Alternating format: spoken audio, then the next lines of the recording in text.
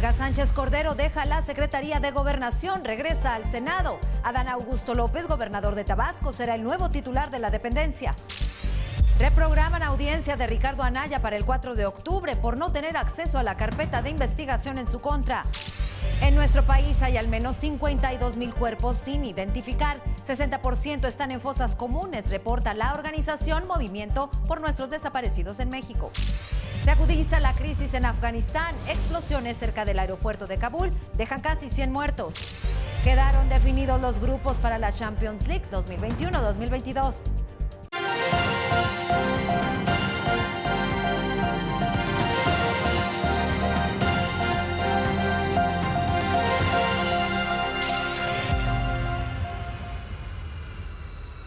Hola, ¿qué tal? Soy Viviana Sánchez, esto es Latinus Diario. El presidente Andrés Manuel López Obrador anunció que Olga Sánchez Cordero dejó el cargo de secretaria de Gobernación para reincorporarse a las actividades legislativas en el Senado. Incluso podría llegar como presidenta de la mesa directiva de la Cámara Alta con el fin de sacar los temas pendientes de la agenda presidencial. En su lugar queda el gobernador de Tabasco, Adán Augusto López Hernández, quien llegó al mediodía a Palacio Nacional previo al anuncio. Este cambio se da una semana después de que el presidente le pidiera a Sánchez Cordero encabezar las negociaciones en el Senado para la revocación de mandato. López Obrador agradeció a Sánchez Cordero su gestión en gobernación. Ella respondió que desde el Senado apoyará para consolidar el proyecto de la Cuarta Transformación. Por su parte, Adán Augusto López dijo que regresará a Tabasco para pedir formalmente su licencia como gobernador e incorporarse a la Secretaría de Gobernación. En un video difundido en redes sociales, Ricardo Monreal, coordinador de Morena en la Cámara Alta, dio la bienvenida a Sánchez Cordero.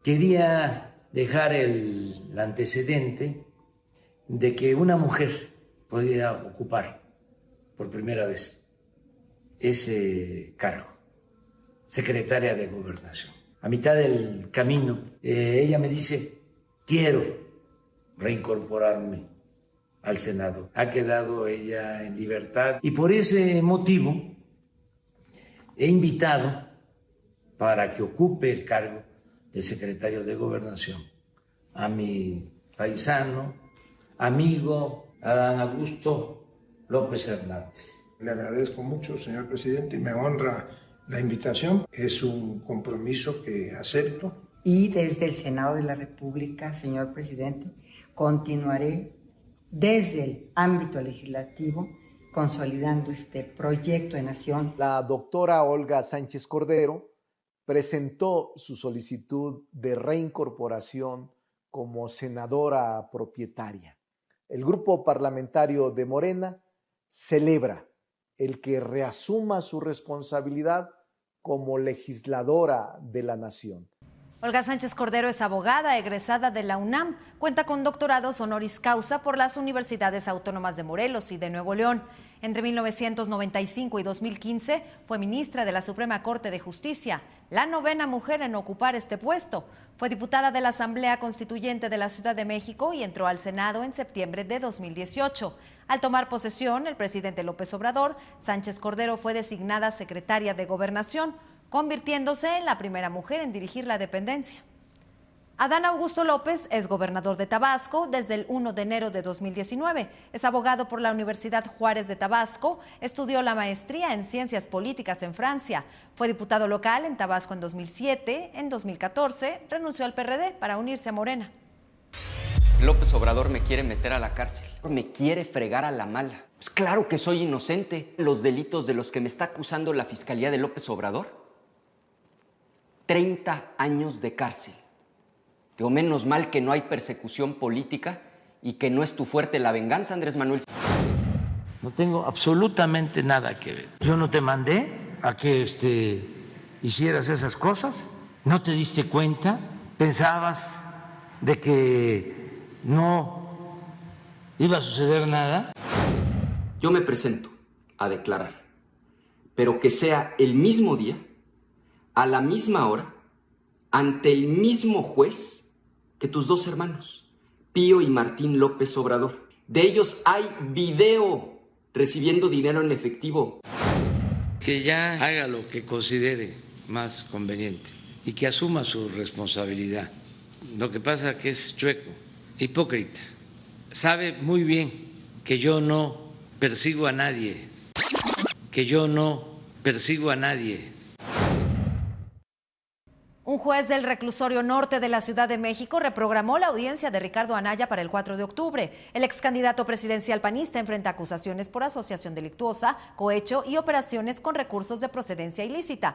La Fiscalía General de la República lo señala por presuntamente haber recibido 6.800.000 pesos para aprobar la reforma energética de Enrique Peña Nieto en 2013. Esta mañana, vía Twitter, Anaya acusó a la Fiscalía de usar como pruebas incriminatorias 2 casas que pertenecen a su familia desde los años 90.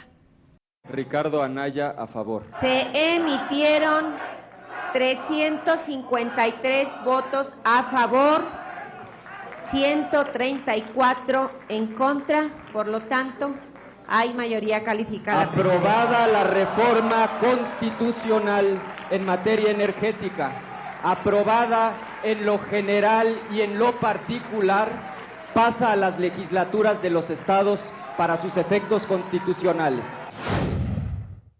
Esto ocurrió el 12 de diciembre de 2013. Entre gritos, descalificaciones y en una sede alterna en la Cámara de Diputados se aprobó la reforma energética con 353 votos a favor, entre ellos el de Ricardo Anaya. A pesar de la oposición de PRD, PT y Movimiento Ciudadano, el ex candidato a la presidencia calificó como una locura que se considere su voto como una prueba de que habría recibido sobornos. Aseguró que entre la fecha del voto y la de las presuntas entregas de dinero habría un desfase de 8 meses. Emilio Lozoya, exdirector de Pemex, declaró que bajo instrucción del expresidente Enrique Peña Nieto y de Luis Videgaray, contaba con un fondo de 80 millones de pesos para sobornar a legisladores panistas con el objetivo de aprobar la reforma energética y así favorecer a empresas transnacionales, principalmente a Odebrecht, que había aportado fondos ilegales a la campaña de Peña Nieto. Basados en este y otros testimonios, así como la votación para aprobar dicha reforma, la Fiscalía señala a Anaya de encabezar la red de corrupción en la Cámara de Diputados en 2013. El presidente López Obrador calificó a Ricardo Anaya como alumno de Carlos Salinas de Gortari y Diego Fernández de Ceballos, a quienes señaló de empezar lo que él llamó la política de pillaje. Con Diego se entiende Salinas y es cuando empiezan a entregar todos los bienes de la nación a particulares. Salinas entrega empresas, bancos a sus allegados. Y el opositor, entonces, era el PAN. Pues entendieron. Altos Hornos de México informó que presentó el respaldo financiero en activos y acciones de la empresa para cumplir el acuerdo reparatorio por el caso agronitrogenados, al que llegó Alonso Ancira con Pemex por $216.664.000. 55% de las acciones pertenecen a la familia Ancira y el 45% restante a Javier Autry Maza. Esta tarde la Secretaría de Salud reportó 20.633 nuevos contagios y 835 muertes por COVID en nuestro país. Ayer se llegó al pico de defunciones con 986 y hubo 21.250 infectados. En total hay 3.291.761 casos y 256.287 fallecimientos. La variante Lambda llega a México. El primer caso se detectó en Colima. Fue el 19 de agosto, según autoridades de salud del estado. Además, en la entidad hay 9 variantes que circulan. Informaron hay 23 casos con Delta, 13 con Alfa y 10 con Gamma. El secretario de Salud de Nuevo León, Manuel de la O, informó del fallecimiento de 2 menores por complicaciones de COVID. Se trata de una joven de 17 años que padecía obesidad y otra de 15 años que tenía diabetes tipo 1. Desde que comenzó la pandemia, 65 menores han muerto en el estado. El grupo más vulnerable es el de 13 a 18 años. Debido a la pandemia por COVID, entre enero de 2020 y marzo de 2021, se registró un exceso de mortalidad de casi 500,000 de defunciones en el país por todas las causas. El INEGI así lo informó y son cifras preliminares. Para hablar al respecto, saludo esta tarde con gusto en Latinus Diario a Edgar Bielma Orozco, director general de Estadísticas Sociodemográficas del INEGI. ¿Cómo está, maestro? Muy buenas tardes. Viviana, un gusto en saludar a ti y a tu auditorio. Gracias. Bien, gracias. Pues la cifra es alarmante si tomamos en cuenta que hablamos de familias que perdieron a un ser querido. ¿Qué ponen en evidencia? ¿Qué hay que analizar detrás de estas cifras? Bueno, lo primero que hay que reconocer y analizar es el volumen asociado a las muertes que está generando no solamente la identificación del COVID per se, sino otras defunciones asociadas, como son las enfermedades al corazón, la diabetes mellitus, la influenza junto con la neumonía. Por eso estos estudios de exceso de mortalidad se concentran ya en lo general en el volumen, ya no solamente en el foco de quien haya sido registrado como haber fallecido por COVID, porque es indudable que esta enfermedad tuvo en alguna mayor o menor medida vínculo con el exceso, no solamente en que hayan muerto personas directamente por COVID, sino que estamos registrando también otros excesos en estas enfermedades que ya comenté, que sin duda pueden estar estrechamente relacionadas y que por lo tanto nuestra preocupación o sobre todo nuestro cuidado debe de ser aún mayor. Eso es lo que está reflejando esta cifra. Esta cifra de cerca de 500,000 de personas, lo que nos está diciendo es, tengamos cuidado, porque la pandemia se ha comportado de manera severa en la población. Ahora, ¿cuál es la referencia o el punto de comparación para hablar de esta cifra de casi 500,000? Bueno, el punto de referencia, la ventaja en las defunciones es que al menos en México y los países que no están en conflictos de guerra o crisis de cólera, cosas por el estilo, o desastres naturales, las defunciones son bastante estables y se pueden ir cuantificando a lo largo del tiempo y tienen cifras muy similares de un año a otro. Ejemplo de ello es que si nosotros analizamos cómo se comportaban las defunciones de 2012 a 2019, es decir, previo a la pandemia, pues veremos que esta tendencia era bastante armónica, de 600,000 a 2019, que quedó en 747,000, es decir, solo un incremento de 140,000 defunciones durante esa ventana de tiempo de 8 años, y solo porque evidentemente somos un país que cada vez va envejeciendo más.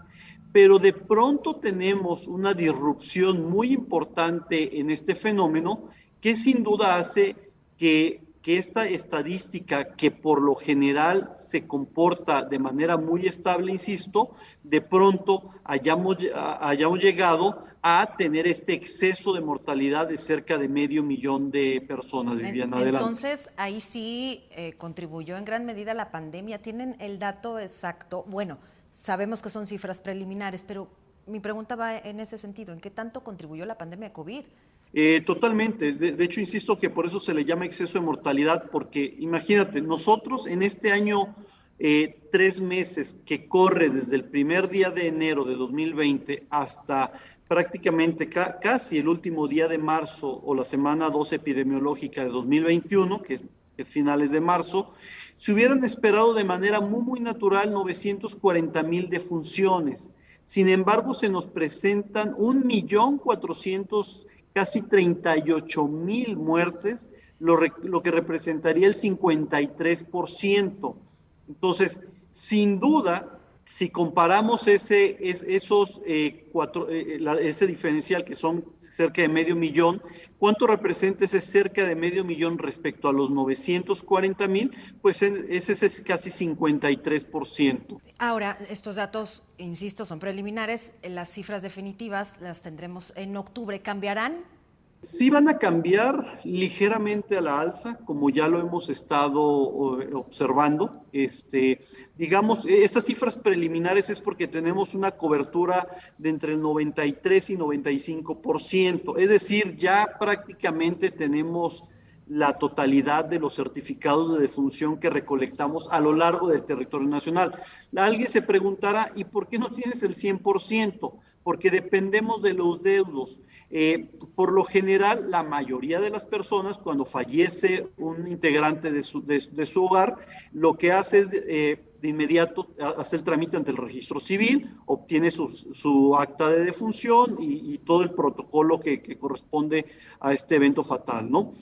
Pero hay familias que se llegan a tardar 3 meses, 4 meses o hasta más de un año, solo para que te des una idea. Estamos en esta tercera ola de COVID en nuestro país. Estaremos al pendiente de los datos finales que en octubre dará a conocer el INEGI y volvemos a platicar. Gracias al maestro Edgar Bielma Orozco, director general de Estadísticas Sociodemográficas del INEGI. Un saludo.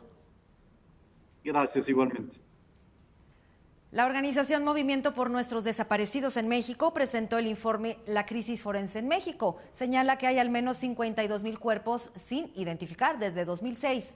31,488 se encuentran en fosas comunes y 11,800 se desconoce la ubicación. 6 estados concentran más del 70% de los casos. La lista la encabeza Baja California, Ciudad de México y Estado de México. El gobierno federal inició el censo por las afectaciones del huracán Grace en Veracruz. Autoridades visitarán 3,221 localidades de 28 municipios. Se puso a disposición la página www.gov.mx/bienestar/apoyo Veracruz, con fechas y lugares donde se llevará a cabo el registro del padrón. También se extenderá para los afectados de Puebla e Hidalgo. Esta mañana localizaron con vida a la recién nacida que una mujer robó ayer de un hospital en Zapopan, Jalisco. Según fuentes locales, la menor fue encontrada envuelta en sábanas. La trasladaron al Hospital General del municipio para una revisión médica. Así fue el robo de la bebé.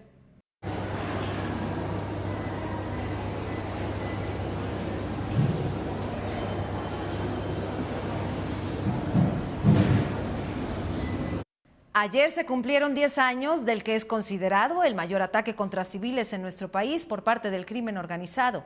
El 25 de agosto de 2011, varios hombres ingresaron al Casino Royal en Monterrey. Lo rociaron con gasolina y segundos después el lugar explotó. 52 personas murieron. Familiares de las víctimas exigen justicia y que termine la impunidad contra quienes perpetraron este asesinato masivo.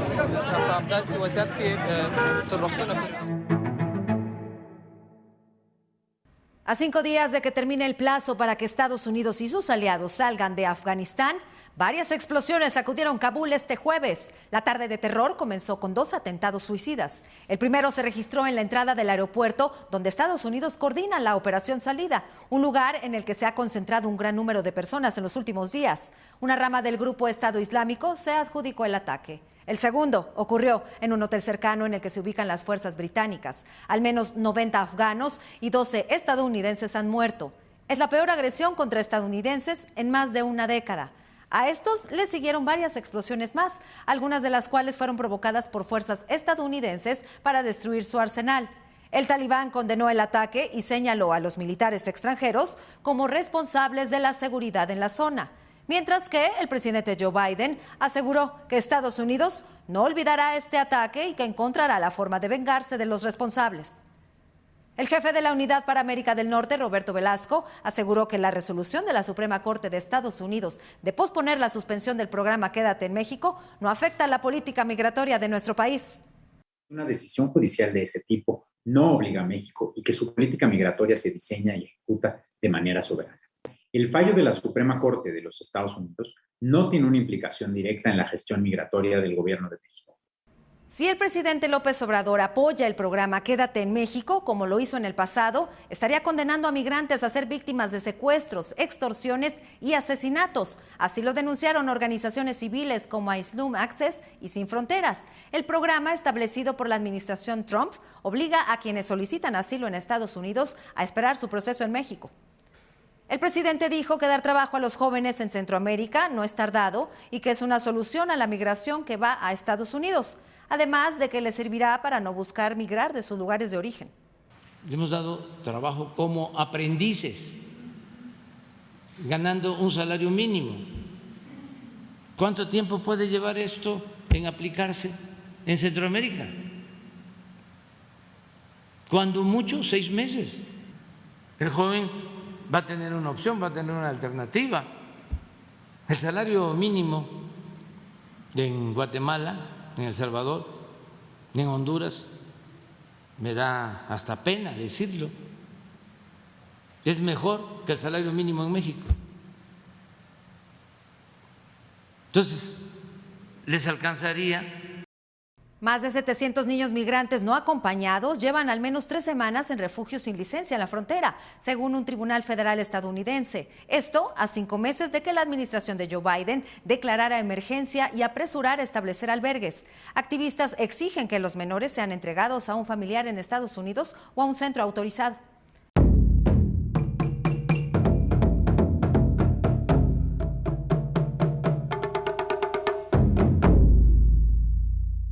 Los mexicanos Ángel Camacho y Gustavo Sánchez quedaron en cuarto y octavo lugar en la final de 100 metros estilo libre, categoría S4. Camacho venía de ganar su hit eliminatorio, mientras que en la misma prueba Sánchez quedó en tercer lugar.